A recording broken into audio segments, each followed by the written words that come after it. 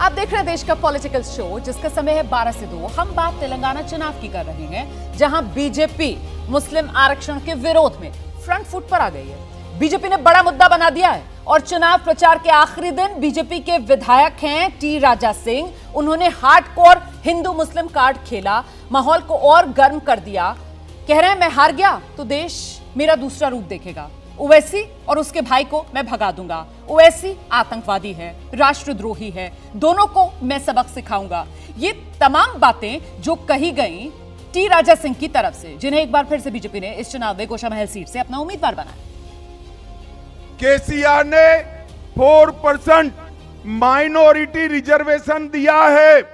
Bharatiya Janata party ने तय किया है 4% माइनॉरिटी रिजर्वेशन हटाकर एसटी, एससी और ओबीसी का बैकवर्ड का रिजर्वेशन बढ़ाया जाएगा। ओवैसी का 7 तक ही वो सीमित रहते हैं। वो सिर्फ जैसे होते हैं ना, चूहा अपने बिल में होता है, तो वो सिर्फ ओल्ड सिटी में ही छुपे होते हैं और सिर्फ 7 सीटों पर ही उनका प्रभाव रहता है। राहुल गांधी हमारे बारे में कुछ बोले, मैं रास्ते में था तो कोई मेरे को बोले मोदी के 2 यार ओवैसी और केसीआर, राहुल गांधी। हम छिछोरे, हमारे मुंह को नहीं लगना था तो हमारे मुंह को नहीं लगना था। राहुल के 2 प्यार, एक इटली एक मोदी। इटली क्यों? उनकी अम्मा वहां से आई। मोदी क्यों? क्योंकि मोदी उनकी ताकत है। मोदी के लिए राहुल ताकत है, तो राहुल के 2 प्यार, एक इटली और एक मोदी। तो इसी मुद्दे को लेकर हम चर्चा करेंगे, लेकिन पहले तेलंगाना में मुस्लिम और ओवैसी फैक्टर है क्या, इसकी अहमियत समझिए आप। दरअसल मुस्लिम आबादी करीब 45 लाख है, मतलब फीसद के हिसाब से 13% बैठती है, और 45 ऐसी सीटें हैं जिस पर मुस्लिम वोटर्स माना जाता है कि खासा प्रभाव असर रखते हैं। 2018 की अगर बात की जाए तो 7 मुस्लिम बहुल सीटों पर AIAMIM, जो असदुद्दीन ओवैसी की पार्टी है, वो जीती थी। 2023 में 9 सीटों पर असदुद्दीन ओवैसी की पार्टी ने मैदान में अपने उम्मीदवारों को उतारा। AIMIM और BRS के बीच दोस्ताना मुकाबला चल रहा है। BRS सरकार को AIMIM का बाहरी समर्थन हासिल है, और ऐसे में अब सवाल ये कि तेलंगाना का ये विधानसभा चुनाव, तेलंगाना में ये चुनावी लड़ाई आखिरकार क्या साफ तौर पर ध्रुवीकरण होता हुआ और हिंदू मुस्लिम पर आई, ये सवाल महत्वपूर्ण हो जाता है और कहीं ना कहीं प्रभाव चुनाव पर डाल रहा है तेलंगाना में। देखिए क्या है कि टी राजा सिंह और ओवैसी दोनों एक दूसरे को सूट करते हैं। हैदराबाद की सीट में गोशामहल से आप देखेंगे तो ओवैसी जी ने अपना कैंडिडेट नहीं उतारा है। अब जिस तरीके से टी राजा सिंह आक्रामक होते हैं, उससे हिंदू और मुस्लिम वोट अपने अपने खेमे में एकत्र होते हैं। यदि आप 2020 का नगर निगम का चुनाव देखिए तो वहाँ पे पहले नंबर पे BRS था, दूसरे नंबर पे भाजपा और तीसरे नंबर पे आपके ओवैसी जी की पार्टी थी। तो ये क्या है, ये सारा ध्रुवीकरण का प्रयास इसलिए किया जा रहा है कि जिससे यदि वोट बटेगा तो कहीं ना कहीं कांग्रेस के लिए वो हानिकारक साबित होगा। ये सारा का सारा जो मूवमेंट चल रहा है वो ये चल रहा है कि या तो BRS के साथ जाइए या ओवैसी के साथ जाइए, क्योंकि भारतीय जनता पार्टी का एक सूत्रीय एजेंडा है कि सत्ता से कांग्रेस को दूर रखना। विजय जी, बिल्कुल, मुझे लगता है कि कांग्रेस को दूर रखना ही इस इलेक्शन की पूरी एक्सरसाइज है। BRS भी यही चाहती है कि BRS का मेन कंटेंडर या प्रतिद्वंदी जो है वो कांग्रेस है, और भारतीय जनता पार्टी भी चाहती है कि BRS भले ही आ जाए, ऐसा लगता है, मतलब मुझे नहीं पता, लेकिन उनकी जो स्ट्रेटजी है उससे लगता है कि वो BRS को फिर भी एक्सेप्ट कर सकते हैं कांग्रेस की बजाय, क्योंकि उनको लगता है कि कांग्रेस यदि इस चुनाव में जीत गई तो उसका नेशनल पूरे एरिना में बड़ा असर पड़ेगा और इंडिया गठबंधन में भी पड़ेगा। और 2024 के चुनाव में कर्नाटक के बाद तेलंगाना जीतना कांग्रेस को एक बड़ी राजनीतिक ताकत देखा। तो ये सारी एक्सरसाइज उस पर हो रही है, और माइनॉरिटी वोट पर तो जिस तरह से हो ही रहा है कि मुस्लिम को लेकर कांग्रेस को नहीं मिले, इसकी एक्सरसाइज सारी की सारी की जा रही है। इसलिए ओवैसी पर जितना आप, ओवैसी को नुकसान नहीं होगा ना, और न टी राजा सिंह को नुकसान हो रहा। टी राजा सिंह तो वही है जिनको भारतीय जनता पार्टी ने सस्पेंड किया और फिर चुनाव से पहले वो वापस आ गए। तो पोलराइज करने के लिए ये सारे फैक्टर दोनों की मदद करते हैं, एक दूसरे की मदद करते हैं, चाहे वो राजा सिंह हो, टी राजा सिंह हो या ओवैसी हो, वो दोनों जितना उस पर हमला करते हैं, दोनों उसकी मजबूत पकड़ बनाते हैं। दिबांग जी बोलिए। आपको लगता है कि इस चुनाव के अंदर ये जो हिंदू मुस्लिम वाली लड़ाई है ये एक बड़ा फैक्टर बनकर उभरेगी, और अगर बन रही है ये हिंदू मुस्लिम वाली लड़ाई तो फिर किसके बीच? बीजेपी वर्सेस कौन? बीजेपी वर्सेस बीआरएस एआईएमआईएम या बीजेपी वर्सेस कांग्रेस? देखिए, हिंदू मुस्लिम की जो लड़ाई है ये हमेशा एक अंडरपिनिंग है बीजेपी की, वो हर जगह हिंदू मुस्लिम पर चली आती है। चाहे वो राजस्थान भी देख लें, वहाँ भी उन्होंने यही कोशिश की, 2024 में भी जो चुनाव होंगे उसमें भी इसकी झलक ज़रूर दिखाई देगी। वहाँ बीजेपी खुद को मजबूत पाती है, वहाँ बीजेपी खुद को सेफ पाती है, तो वही चीज़ वो यहाँ पर भी कर रही है।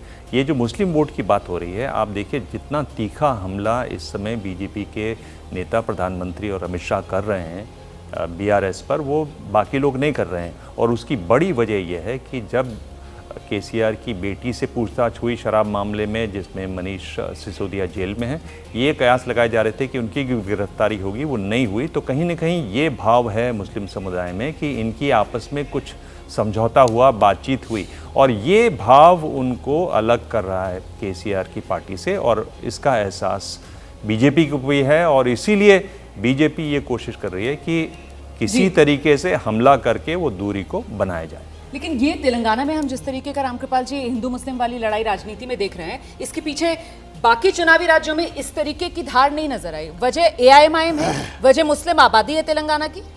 नहीं रोमाना जी, तेलंगाना का जो चुनाव हो रहा है और जो इसके नतीजे आएंगे ये बड़े दिलचस्प होंगे। मैं जब कर्नाटक का चुनाव हुआ था तभी मैंने एक बात कही थी कि कर्नाटक की एक मैसेज है, जो नतीजा है वो क्षेत्रीय दलों के लिए एक रेड सिग्नल की तरह है।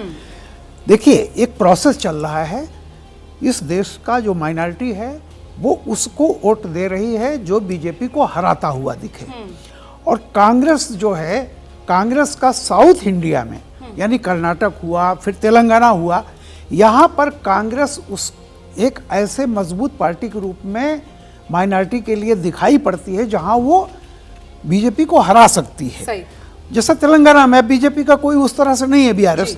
तो ये क्षेत्रीय दलों को अब माइनॉरिटी के सामने यह है कि हम क्षेत्रीय दल को वोट दे करके अपना वोट बर्बाद करें या कांग्रेस चले जाएं। कर्नाटक ने बाबरी विध्वंस के बाद पहली बार ऐसा हुआ है कि माइनॉरिटी वोट रीजनल पार्टी के नेताओं को छोड़ के कांग्रेस की तरफ आने लगा है। और एक मैसेज ये जा रहा है कि ये कांग्रेस नरसिम्हा राव की कांग्रेस नहीं है, ये कांग्रेस वाकई मुसलमानों की हितैषी है, राहुल गांधी की कांग्रेस है, राहुल गांधी की कांग्रेस है। तो और बताऊं आपको, यही प्रयोग उत्तर में नहीं होगा। जब सीपी नहीं सर, इसी पर जरा सा एक रिएक्शन लेते हैं। आप जो बात कह रहे हैं और जो आप आगे के लिए प्रयोग की बात कर रहे हैं, सवाल यहीं पर है मेरा कि ये 23 में जो टेस्टिंग का खेल चल रहा है, इसको इस रूप में देखा जाएगा कि तेलंगाना चुनाव में हिंदू मुस्लिम वाली राजनीति, और वो भी खासतौर से वहां पर जिसका जिक्र अभी रामकृपाल जी कर रहे थे ना, कि जहां पर क्षेत्रीय दल है, जहां मुस्लिम वोटर जो है उसकी प्रेफरेंस कांग्रेस के अलावा क्षेत्रीय दल रहा है, तो उसी के लिए ये आजमाइश के तौर पर तेलंगाना में हिंदू मुस्लिम वाली राजनीति। देखिए, हर स्टेट का अपना अपना फ्लेवर है। जैसे उत्तर प्रदेश में मुसलमान समुदाय को पता है कि समाजवादी पार्टी भारतीय जनता पार्टी के साथ किसी कीमत में गठबंधन नहीं करेगी, तो उसको मुसलमान को सपा के साथ जाने में कोई परहेज नहीं है। बिहार में आरजेडी भाजपा के साथ किसी कीमत पे समझौता नहीं करेगी, तो मुसलमान को आरजेडी के साथ जाने में कोई परहेज नहीं है। लेकिन बीएसपी के साथ जाने में परहेज है क्योंकि उसको डर है कि कहीं चली नहीं जाए। उसी तरह तेलंगाना में भी मुस्लिम समाज को ये डर है कि बीआरएस भाजपा के साथ जा सकती है, इसलिए कांग्रेस भी ये कोशिश कर रही है और ये मैसेज देने का प्रयास कर रही है कि ये भाजपा और बीआरएस आपस में दोस्त हैं, हम भाजपा से लड़ सकते हैं, इसलिए हमारे साथ आइए। और ओवैसी भी ये प्रयास कर रहे हैं, जो टी राजा और ओवैसी के बीच में जो बाकी युद्ध चल रहा है, वो एक तरह से ये मैसेज है कि हम किसी न किसी तरह से ओवैसी के खिलाफ हैं और आप कांग्रेस के साथ मत जाइए, ओवैसी के साथ जाइए। तो ये सारा खेल जो चल रहा है ना, वो चल रहा है स्थितियों को देखते हुए, इसलिए हर राज्य की स्थिति अलग है और हर राज्य में मुस्लिम समुदाय के बीच में ये निर्णय करना कठिन होता है कि हम किसके साथ जाएं। बड़ा दिलचस्प है, मतलब टी राजा सिंह और ओवैसी के बीच का जो वाकयुद्ध है वो मैच फिक्स्ड है। हाँ ठीक है, लेकिन विजय जी एक बात महत्वपूर्ण यहाँ पर कह रहे थे अभी शुक्ला जी, मुझे लगता है इसको भी हमें एक्सप्लोर करना चाहिए, क्योंकि बार बार क्या हम बहुत जनरलाइज्ड और आसान बना देते हैं ये कहकर कि साहब कर्नाटक में आप देख लीजिए मुसलमान जो है वो कांग्रेस की तरफ चला गया क्षेत्रीय दल को छोड़कर। तो यहाँ अभी शुक्ला जी ने जो बात कही कि जहां एक भ्रम की स्थिति होती है कि हो सकता है जीतने के बाद ये बीजेपी के साथ चले जाएं, यही कर्नाटक जेडीएस, उसके लिए भी कहीं ना कहीं ये बात कही जा रही थी कि साहब 24 में तो बहुत मुमकिन है बीजेपी के साथ चले जाएंगे, और तेलंगाना में भी कमोबेश वही स्थिति कि बीआरएस के लिए भी यही बात कही जा रही है कि बहुत मुमकिन है 24 में ये बीजेपी के साथ चले जाए।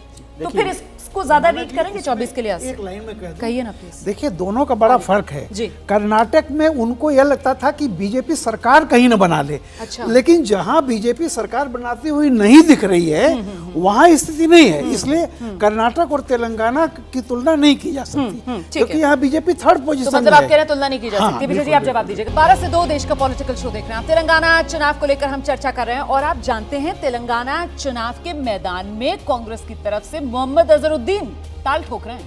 उनको जरा सुन लीजिए वो किस तरीके से अपनी जीत का दावा कर रहे हैं।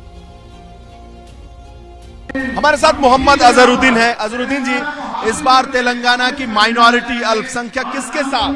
पूरा कांग्रेस के साथ है, क्योंकि उनको पता है कि बीआरएस गवर्नमेंट जो भी उनको प्रॉमिस की थी माइनॉरिटीज के लिए कोई काम नहीं किया, खाली झूठे वादे थे। तो जो बीआरएस और ओवैसी के आपस में मेल जोल का आरोप राहुल गांधी लगा रहे हैं, कांग्रेस लगा रही है, वो सच है? बिल्कुल सही है, 100% सही है। तो यहाँ ओवैसी का क्या भविष्य है? मुझे यही है कि वोट कट करके खुश होना। तो हैदराबाद में कितनी सीटें मिलेंगी ओवैसी को? ये तो मुझे नहीं मालूम, कम से कम मिलेगी। हमारी पार्टी अच्छा कर रही, कम से कम मिलेगी। हम लोग कोशिश पूरी कर रहे हैं कि उनको हर जगह पे हराएं। इंशाल्लाह हम कोशिश तो पूरी है हमारी। राहुल गांधी की इस यात्रा का कितना फायदा मिलेगा आपको? बिल्कुल 100%। राहुल गांधी एक बहुत बड़े लीडर है, उनका यहाँ पे आना ही बहुत बड़ी बात है। उनका मैसेज लोगों ने आज सुना है। अब देखा कितना हुजूम भी था, लोग भी आए सुनने के लिए। उनका मैसेज कभी भी सही मैसेज होता है, उल्टा सीधी बात तो करते नहीं है। तो कभी डेवलपमेंट के लिए और उसके लिए बात करते, तो उन्हें आज भी बहुत अच्छी बात की। केसीआर की कौन सी ऐसी पॉलिसी है जिससे जनता पसंद नहीं कर रही है? माइनॉरिटीज, तो माइनॉरिटीज में वक्फ बोर्ड है, अपने उर्दू अकेडमी बंद कर दी, मस्जिदें शहीद हो गई। वो जो एक पुरानी मस्जिद है, 450 साल पुरानी मस्जिद है गोल्फ कोर्स में, वो मस्जिद में नमाज भी नहीं होती, किसी को जाने नहीं देते सिक्योरिटी में। तो इंशाल्लाह जब पार्टी आएगी तो वो पूरे चीज करेंगे। और अपना इस्लामिक सेंटर के लिए जगह देते बोले, शादी मुबारक स्कीम है, स्कीम कोई वही नहीं। 12 सब में बड़ी जुट तो 12% है। 12% कोई भी पार्टी आएगी तो नहीं दे सकती। बीजेपी का क्या रहेगा? बीजेपी कह रही हम सरकार बनाएंगे। ज्यादा उसके बारे में ना बोलो तो ही अच्छा है। बहुत बड़ी ज्यादा मेरे ख्याल में इतना कोई। बीजेपी का क्या रोल है? बीजेपी का कुछ भी रोल नहीं है। तो बीजेपी का कोई रोल नहीं है, बीआरएस सिमट जाएगी और कांग्रेस आ रही है तेलंगाना में सत्ता में। ये बड़ा दावा मोहम्मद अजहरुद्दीन कर रहे हैं, लेकिन खुद जुबली हिल्स सीट से उम्मीदवार हैं और यहां पर एआईएमआईएम ने इनकी उम्मीदवारी के बाद अपना उम्मीदवार बदला। मतलब मोहम्मद अजहरुद्दीन के सामने अपना उम्मीदवार बदलकर, जो पहले हिंदू उम्मीदवार था, एक मुस्लिम उम्मीदवार को यहां चुनाव मैदान में उतारा। तो कुल मिलाकर बात वही जो ब्रेक से पहले हम कर रहे थे कि साहब तेलंगाना की ये लड़ाई हिंदू मुस्लिम पर आई। विजय जी, मुस्लिम पर तो आई ही। वैसे अजहर साहब को याद कर रहा था, उत्तर प्रदेश में भी उन्होंने लोकसभा का चुनाव लड़ा था कांग्रेस के टिकट पर और जीत भी गए थे वहाँ से। तो जुबली हिल्स अच्छी जगह है। और ओवैसी ने हिंदू जो कैंडिडेट बदला है वहाँ पर, वो अजहरुद्दीन की बजाय इस वजह से ज़्यादा बदला कि उन पर सवाल खड़ा हुआ कि भाई आप मुस्लिम नुमाइंदगी की बात करते हैं और जब खुद का मौका है तब आप हिंदू कैंडिडेट उतार रहे हैं। तो वो भी एक बड़ी वजह थी, क्योंकि अभी जब हम बात कर रहे थे कि मुसलमान कहाँ जा रहा है, क्षेत्रीय पार्टियों के पास कांग्रेस का, मुस्लिम्स का पहला टारगेट जो है वो है कि कांग्रेस की बात नहीं है, क्षेत्रीय दलों की बात नहीं है, बीजेपी को कौन हरा सकता है। और उसी वजह से कांग्रेस लगातार मुसलमान उससे छिटकते रहे, क्योंकि उन्हें लगा कि कांग्रेस जो है वो ऐसी ताकतवर पार्टी नहीं रही है, जहां भी रही हो वो बीजेपी को हरा सकती हो। और इस वजह से वो लगातार अलग अलग राज्यों में क्षेत्रीय दलों के साथ जुड़ते गए। कर्नाटक में ये हुआ कि उनको लगा कि कांग्रेस जो है बड़ी ताकतवर पार्टी है, बीजेपी को हरा सकती है, इसलिए वो कांग्रेस के साथ रहे। तेलंगाना में भी उनको लग रहा है कि बीजेपी को हराने के लिए कांग्रेस के साथ जाना ज्यादा फायदेमंद होगा। और वैसे हिसाब तो 7 सीटें 9 सीटों में से कितनी जीत कर क्या कर सकते, बीजेपी को रोक सकते नहीं रोक सकते, इसलिए मुसलमान जो है आज वहां जा रहा है। ठीक है सर, देश का पॉलिटिकल शो जिसका समय 12 से 2 देख रहे हैं आप। कल आप जानते हैं तेलंगाना में वोटिंग होनी है, और उससे पहले सवाल आपके सामने, तेलंगाना में चुनावी लड़ाई दिबांग क्यों हिंदू मुस्लिम पर आई? देखिए, हिंदू मुस्लिम पर इसलिए भी आ जाती है क्योंकि जैसे मैंने पहले कहा कि बीजेपी को बहुत मदद करता है हिंदू मुस्लिम होना। और जो विजय जी कह रहे थे कि मुस्लिम फैक्टर, मुस्लिम वोट किस तरह से जाता है, उससे मैं सहमत हूँ। देखिए, हमने चुनाव दर चुनाव देखा है कि मुसलमानों को सबसे मुश्किल तब होती है जब दो ऐसी पार्टियां उनकी नज़र में हों जो बीजेपी को हराती हुई दिखती हैं। और उत्तर प्रदेश में बहुत बार ऐसा हो जाता है कि समाजवादी पार्टी भी है, बीएसपी भी है, और मैंने बहुत बार मतदाताओं से बात की तो वो खुद कहते हैं कि एक तो हमें बता देते हैं लोग और कई बार साहब गलत भी हो जाता है, हम तय नहीं कर पाते हैं, तो बहुत सारे वोट उसमें भी चले जाते हैं। ये एक फैक्टर है और जिसको बीजेपी ने अच्छी तरह से साध लिया है। वो जब भी इसमें गर्मी करती है तो उसको पोलराइजेशन में मदद मिलती है, और ये पोलराइजेशन हमने ये जो विधानसभा चुनाव हुए करीब करीब हर राज्य में हमने पोलराइजेशन देखा। हमने इसकी शुरुआत जो देखी बीजेपी ने की गुजरात के साथ। गुजरात में पहला जो चुनाव मोदी जीते उसमें पोलराइजेशन हुआ, उसके बाद हर बार पोलराइजेशन दिखाई दिया। बाकी उसमें अलग अलग छोंके लगते रहे, चाहे वो आपने बात की, चाहे वो इकोनॉमी की बात हो, चाहे तरक्की की बात हो, गुजराती अस्मिता की बात हो, इसका छौंका लगता रहे, लेकिन एक जो तान बजती रही नीचे जैसे म्यूजिक में बजती रहती है वो ये पोलराइजेशन की है। हम छोटे से ब्रेक के लिए यहाँ पर रुक रहे हैं और आगे जब लौटेंगे तो बात जरा तेलंगाना से आगे बढ़कर उन राज्यों की भी करेंगे जहां मतदान हो चुका है, जिसमें राजस्थान भी बहुत महत्वपूर्ण है क्योंकि अभी हाल ही में 25 नवंबर को राजस्थान में वोटिंग हुई।